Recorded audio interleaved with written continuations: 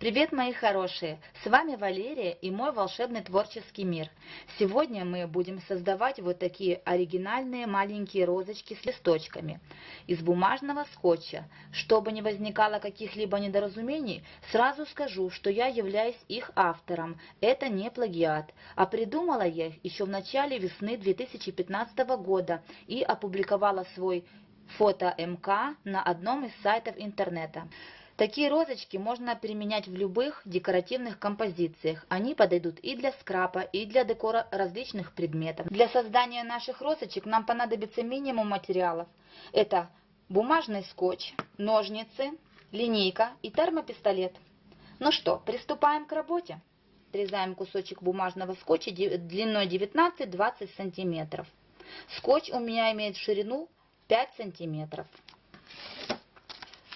Переворачиваем клейкой стороной вверх и сгибаем дважды.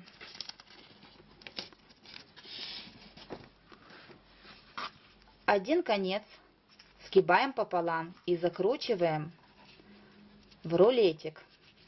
Фиксируем термоклеем. По такому же принципу, как и ленты в канзаши при изготовлении мини-розочек, начинаем сгибать ленту назад таким образом.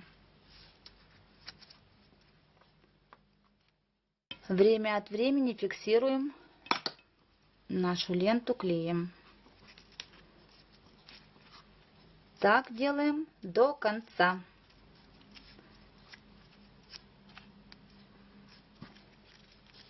Скручиваем розочку, конец подклеиваем под низ.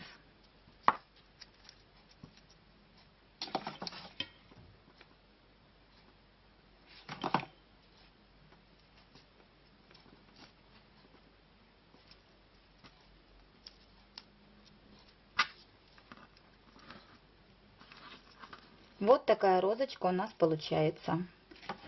Розочку можно приклеить к кусочку бумажки, чтобы она не распадалась, а потом аккуратненько ее вырезать.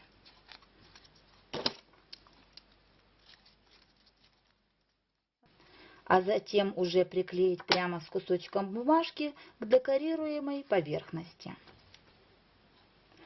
Делаем лепесточки.